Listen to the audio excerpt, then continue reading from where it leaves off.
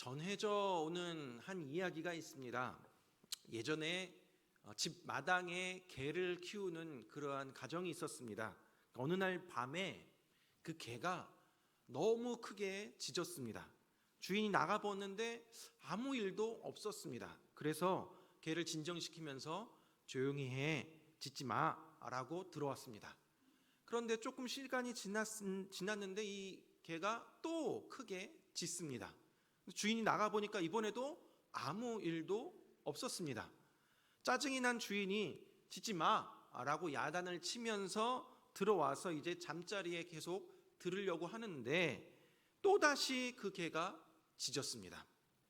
화가 난 주인이 엽총을 가지고 가서 그 개를 쏘아 죽였습니다. 그런데 그날 밤에 강도가 들어와서 그 가족을 죽이고 그 집안에 있는 돈이랑 또 귀중한 물건들을 모두 훔쳐갔다라고 합니다.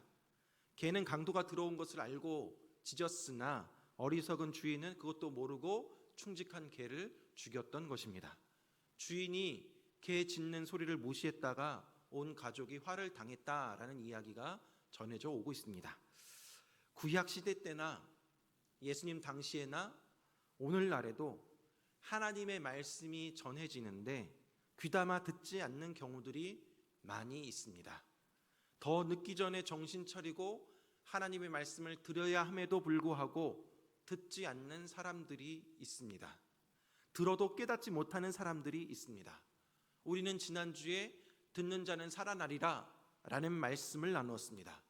바로 지금 이때 우리가 하나님의 말씀을 들음으로 하나님과의 관계가 회복되고 우리의 영이 살아난 역사를 경험하자라고 말씀을 전하였습니다. 그렇습니다. 하나님의 아들의 음성을 듣는 자가 살아납니다. 그렇다면 우리가 어떻게 해야 하나님이 나에게 말씀하시는 것을 들을 수 있을까요?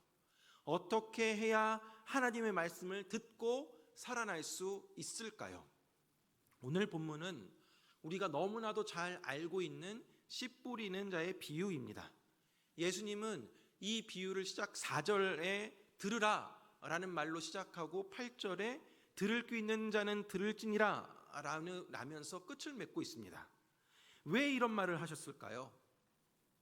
예수님은 자신이 누구인지에 대해서 그리고 하나님 나라의 비밀에 대해서 계속해서 끊임없이 말씀하셨지만 유대 사람들은 그들의 마음이 무디어져 있기 때문에 듣기를 거부하고 깨닫지 않으려고 귀와 눈을 닫아버렸습니다. 그래서 예수님이 알기 쉽게 비유로 전하셔도 그것을 경고의 메시지로 받아들이지 못합니다. 귀와 눈이 완악한 그들에게 비유는 그저 비유일 뿐이었습니다. 하나님의 말씀이 전해지는데도 듣지 않고, 아니 들려지는데도 깨닫지 못함으로써 하나님 나라의 비밀을 알지 못한 채 구원에 이르지 못한 사람들이 많이 있었습니다. 오늘 본문의 비유는 씨가 여러 종류의 토양에 떨어져 자라는 전 과정을 한 사람이 하나님의 말씀을 들었을 때의 반응으로 이해할 수 있습니다. 오늘 본문을 통해서 하나님 말씀에 대한 각각의 반응들을 살펴보며 우리가 하나님의 말씀을 어떻게 들어야 하는지 나누어 보도록 하겠습니다. 첫 번째로 우리가 하나님의 말씀을 듣기 위해서는 마음의 문을 열어야 합니다. 오늘 본문 5절 또 12절 말씀에 보면 씨를 뿌리는 자가 그 씨를 뿌리러 나아가서 뿌릴새 더러는 길가에 떨어짐에 밟히며 공중의 새들이 먹어버렸고, 또 12절에 길가에 있다는 것은 말씀을 들은 자니 이에 마귀가 가서 그들이 믿어 구원을 얻지 못하게 하려고 말씀을 그 마음에서 빼앗은 것이요 라고 하고 있습니다. 씨 뿌리는 자가 씨를 뿌릴 때 길가에 떨어진 씨가 있었습니다. 길가에 뿌려진 씨는 사람들에게 밟힙니다. 또한 날아다니는 새들이 와서 먹어버립니다. 이는 마귀가 와서 말씀을 바로 가로채 가는 그러한 사람들을 가리키는 것입니다. 이러한 길가에 떨어진 씨가 지시하는 사람들은 애당초 말씀을 받아들일 의지가 없는 사람, 즉 마음이 완악한 사람들입니다. 마음이 단단하게 굳어진 사람들입니다. 그래서 이런 길가와 같은 마음을 가진 사람은 하나님의 말씀이 선포되어도 아무런 반응을 하지 않습니다. 예수님 당시의 종교 지도자들, 서기관과 바리새인들이 그랬습니다. 예수님이 무슨 말씀을 전해도 삐딱하게 듣고 의심하고 또 진리를 거절합니다. 아예 들으려고 하지 않으니 들리지 않았던 것입니다. 하나님은 오늘날 우리에게도 복음의 씨앗을 뿌리십니다. 그러나 세상의 지식과 선입관과 전통에 의하여서 단단하게 굳어져 버린 교만한 마음을 가진 사람들이 오늘날에도 있어서 하나님 말씀이 들려도 전혀 그 마음에 와 닿지 않는 경우가 있습니다. 나는 하나님이 필요 없다. 하나님 없어도 다 할 수 있고 다 잘 살 수 있다. 그렇기 때문에 굳이 하나님의 말씀을 들을 필요가 없다. 사업의 결정이나 아이들 교육에 있어서도 이미 내가 갖고 있는 지식이나 경험으로 다 할 수 있다라고 생각하기에 하나님께 묻지도 아니하고 듣지도 않습니다. 우리가 교만에 가득 차 있을 때 우리는 하나님께 닫힌 마음이 되어버리고 하나님은 우리 마음에 들어올 수 없도록 또 말할 수 없도록 그 마음이 그렇게 닫아져 있었던 것입니다. 야고보서 1장 21절 말씀에 보면 그러므로 모든 더러운 것과 넘치는 악을 내버리고 너희 영혼을 능히 구원할 바 마음에 심어진 말씀을 온유함으로 받으라 라고 되어 있습니다. 사랑하는 여러분, 우리의 마음이 혹은 주변 사람들의 마음이 길가와 같이 굳어지고 단단해져 버렸다면 이 시간 하나님의 말씀을 받아들일 수 있도록 그 마음이 온유해지기를, 그 마음이 녹아지기를, 그 마음의 문이 열려지기를 기도하시기 바랍니다. 하나님의 사랑을 받아들일 수 있도록 그 마음의 문을 열어놓는 것이 바로 하나님의 음성을 듣기 위한 첫 번째 단계입니다. 두 번째는 시간을 확보해야 합니다. 오늘 본문 6절 13절 말씀에 보면 더러는 바위 위에 떨어짐에 싹이 났다가 습기가 없으므로 말랐고 13절 바위 위에 있다는 것은 말씀을 들을 때에 기쁨으로 받으나 뿌리가 없어 잠깐 믿다가 시련을 당할 때에 배반하는 자요 라고 되어 있습니다. 어떤 씨는 바위에 떨어지기도 합니다. 바위라고 되어 있지만 바위의 얕은 토양을 의미합니다.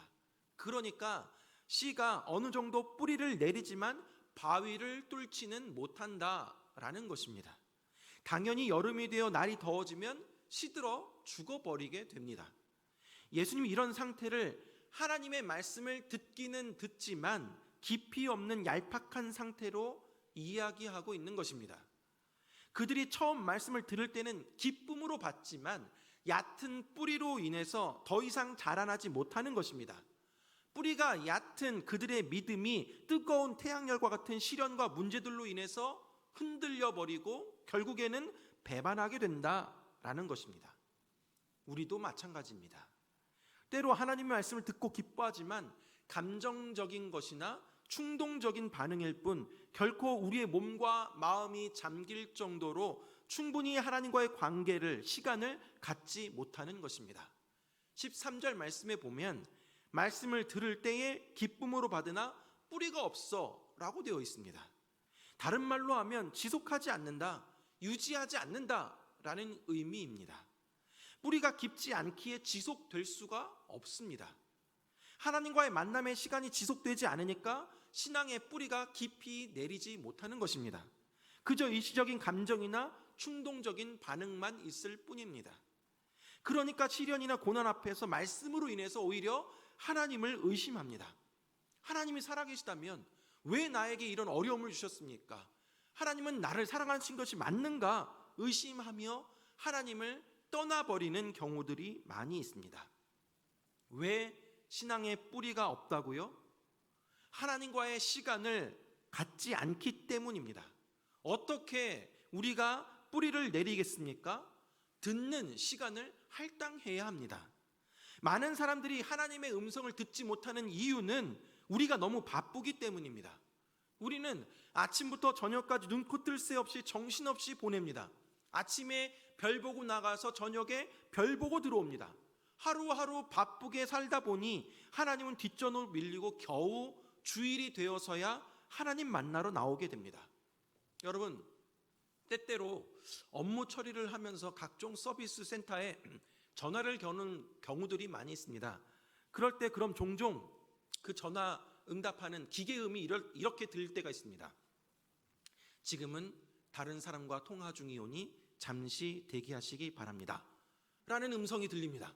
그럼 짜증이 나게 되는 거죠. 아니, 자기네들만 바쁘나? 나도 바쁜데 아니 언제까지 기다려야 하나? 라는 그런 마음이 들 때가 있습니다. 근데 여러분, 하나님도 마찬가지입니다.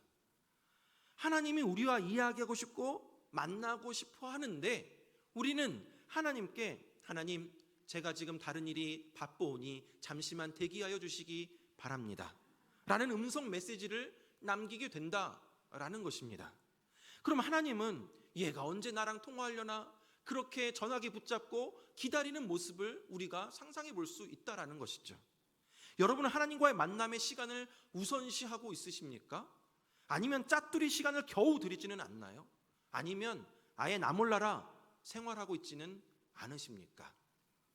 사랑하는 여러분, 하루 일과 중에 이 시간만큼은 어느 누구와도 아닌 하나님과 보내야겠다라는 그러한 결단을 하십시오. 그것이 하루에 10분이든 20분이든 30분이든 1시간이든 상관없습니다.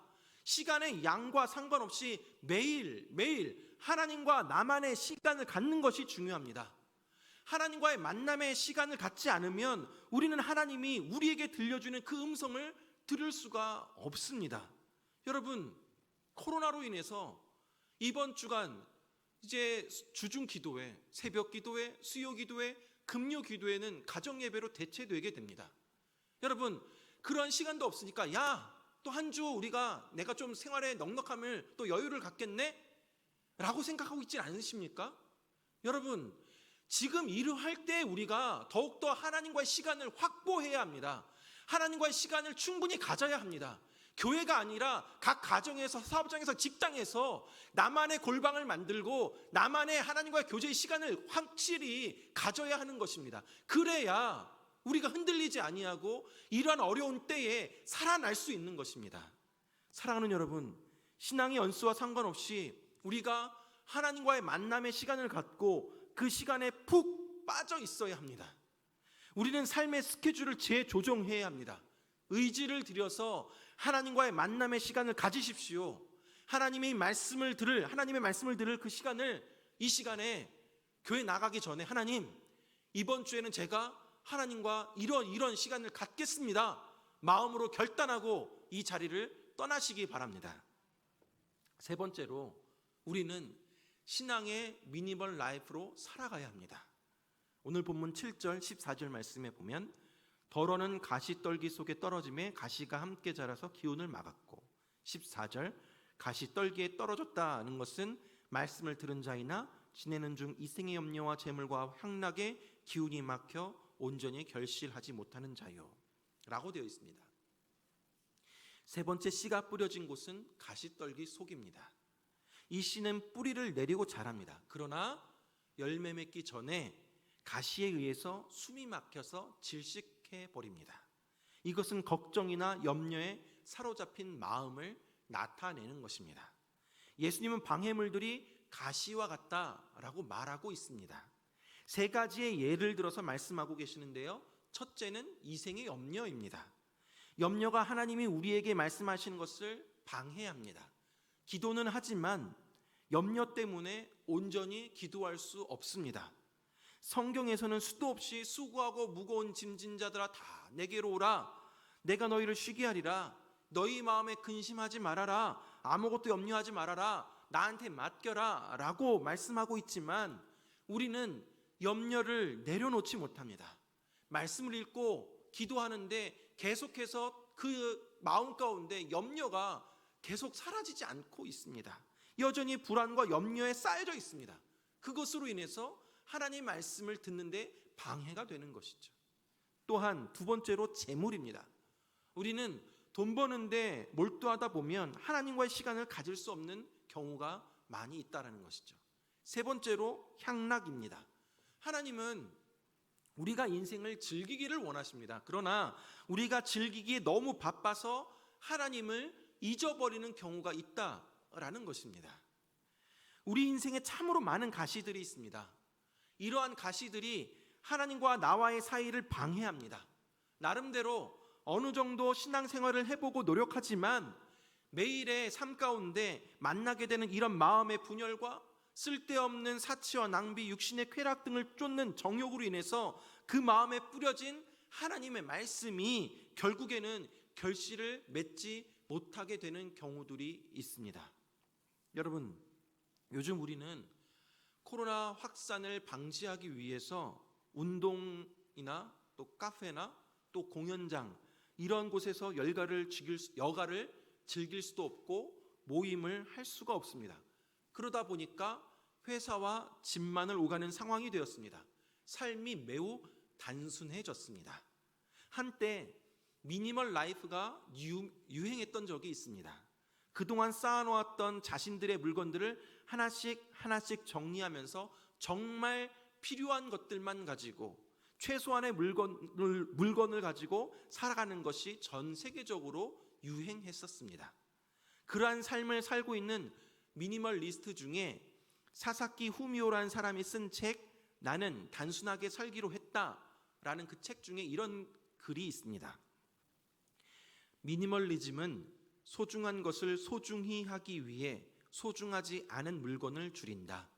소중한 것에 집중하기 위해 그 외의 것을 줄인다. 또 미니멀리스트는 자신에게 정말 필요한 것이 무엇인지 아는 사람, 소중한 것을 위해 줄이는 사람이라고 정의를 내렸습니다. 물건 이외에 우리의 신앙생활도 마찬가지입니다. 우리에게 소중한 것, 정말 필요한 것, 제일 우선시 돼야 할 것이 무엇이겠습니까? 그것은 바로 하나님 아니겠습니까? 하나님께 집중하기 위해 정말 소중한 것을 위해 그 외의 것들을 줄여야 하지 않겠습니까? 사랑하는 여러분, 하나님과의 만남을 방해하고 있는 것이 무엇입니까? 하나님과의 관계를 가지려고 하는데, 집중하려고 하는데, 말씀과 기도의 시간을 확보해서 그 자리에 앉았는데 그것을 우리를 방해하는 것들이 너무나도 많이 있습니다. 신앙의 미니멀 라이프를 살아갑시다. 신앙의 미니멀리스트가 되시기 바랍니다.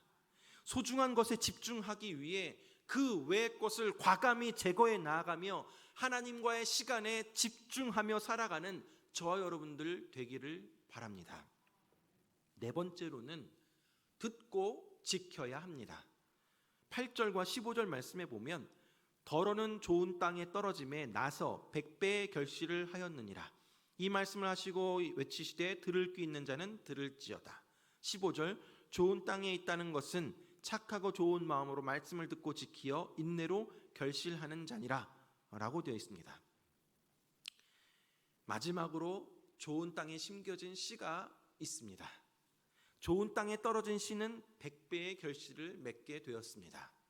오늘 비유에 나오는 네 종류의 밭에 모두 씨가 뿌려졌습니다. 씨앗이 모든 땅에 떨어지듯 모든 사람이 하나님의 말씀을 똑같이 듣습니다. 그러나 말씀을 받아들이는 사람에 따라서 하나님의 말씀은 완전히 다른 결과로 맺어지게 되는 것입니다. 바르고 착한 마음으로 말씀을 받아들인 사람만이 많은 열매를 맺기 때문입니다. 여기서 좋은 땅은 어떠한 마음으로 말씀을 들어야 하는가를 설명하는 것입니다. 좋은 땅과 같은 마음의 밭을 가진 사람은 그들의 첫 번째 특징은 착하고 좋은 마음으로 말씀을 듣는다라는 것입니다. 이 말은 하나님의 말씀을 하나님의 말씀으로 순수하게 듣는다라는 것입니다. 머릿속으로 계산하지 않는다라는 것이죠. 둘째로 말씀을 듣는 것만으로 그치는 것이 아니라 그 말씀을 지키는 것입니다. 야고보서 1장 22절 말씀에 너희는 말씀을 행하는 자가 되고 듣기만 하여 자신을 속이는 자가 되지 말라 라고 되어 있습니다. 하나님의 말씀은 듣는 것뿐만 아니라 지키는 것입니다. 그 결과가 열매 맺는 삶인 것입니다. 사랑하는 여러분, 착하고 좋은 마음으로 말씀을 들으시고 들은 말씀대로 살아 나아가는, 행해 나아가는 저와 여러분들 되기를 바랍니다. 사랑하는 여러분, 네 가지의 밭의 비유를 통해서 하나님이 말씀하시는 것을 듣는 방법들을 함께 나누어 봤습니다. 여러분은 지금 어떠한 마음을 가지고 계십니까? 어떠한 하나님의 말씀이 다가와도 꽁꽁 얼어붙은 완악한 굳어진 마음입니까? 기쁜 마음으로 말씀을 받지만 깊이가 없어 금방 말라져 버리는 마음입니까? 이런저런 염려, 재물, 쾌락으로 인해 정신산만한 마음입니까? 아니면 하나님 말씀대로 살겠노라 다짐하며 행동하는 마음이십니까? 하나님의 말씀이, 그 음성이 잘 들려지기 위해서 우리는 날마다 우리의 마음밭을 잘 가꾸어야 합니다. 하나님의 말씀이 내 마음에 심겨 결실을 맺을 수 있도록 날마다 내 마음이 지금 굳어져 있지는 않은지, 완악해져 있지는 않은지 돌아보며 그 마음밭을 갈아엎어야 합니다. 또한 가시떨기와 같이 나와 하나님과의 관계를, 그 만남을 방해하는 모든 것들이 있다면 제거하고 뽑아내며, 또한 말씀을 들은 대로 행동으로 옮겨 나아가게 될 때 들려지는 하나님 말씀이 내 삶 속에서 30배, 60배, 100배의 열매를 맺게 되는 것입니다. 여러분, 지금까지 우리는 하나님의 말씀을 어떻게 들어야 하는지에 대해서 이야기를 나누었습니다. 씨 뿌리는 비유에서 그러나 우리가 놓치지 말아야 할 내용이 하나 더 있습니다. 그것은 바로 씨 뿌리는 자의 마음입니다. 예수님이 하신 비유의 한결같은 주제는, 그 핵심은 바로 하나님 나라입니다. 오늘 본문의 씨는 하나님의 말씀입니다. 말씀이 이루어지는 것은 곧 하나님의 통치이고 하나님 나라의 임함입니다. 그렇다면 씨 뿌린 자의 비유를 통해 말씀하시고자 하는 하나님 나라의 비밀은 무엇인가요? 그것은 바로 하나님 나라는 누구에게나 열려져 있다라는 것입니다. 오늘 본문에서 씨 뿌리는 자가 좋은 밭에만 씨를 뿌리지 않았습니다. 분명히 씨 뿌리는 사람은 좋은 땅에 뿌리면 많은 열매를 맺을 것을 알고 있었습니다. 하지만 길가에도 돌짝에도 가시덤불에도 씨가 뿌려졌다라는 것입니다.